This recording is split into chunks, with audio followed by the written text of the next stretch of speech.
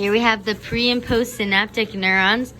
Currently in resting potential, there is sodium and potassium ions, but once the sodium rushes in and the potassium rushes out, it's called depolarization, and it allows for action potential and for everything to finally be fired.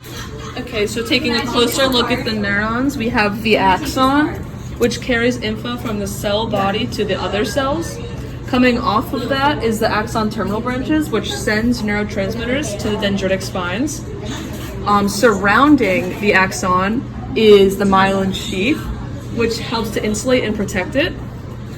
But there are gaps in between the myelin sheath, which are the nodes of Ranvier, which allow for the reactions to happen quicker.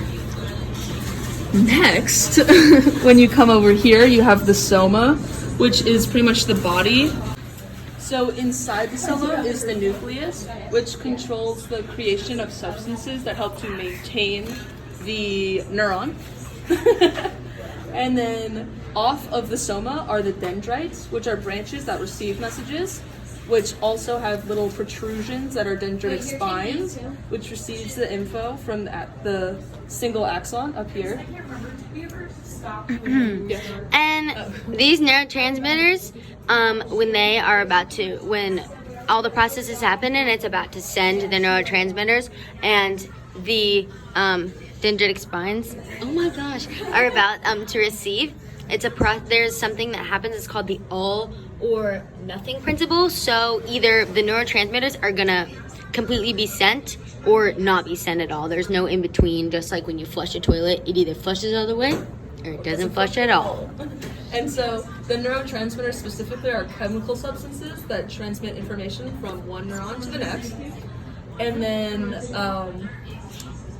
also they're being sent from axon terminals, which send the neurotransmitters to the dendritic spines of the next neuron. So specifically, the neurotransmitters that are being sent are chemical substances that transmit the information from one neuron to the next.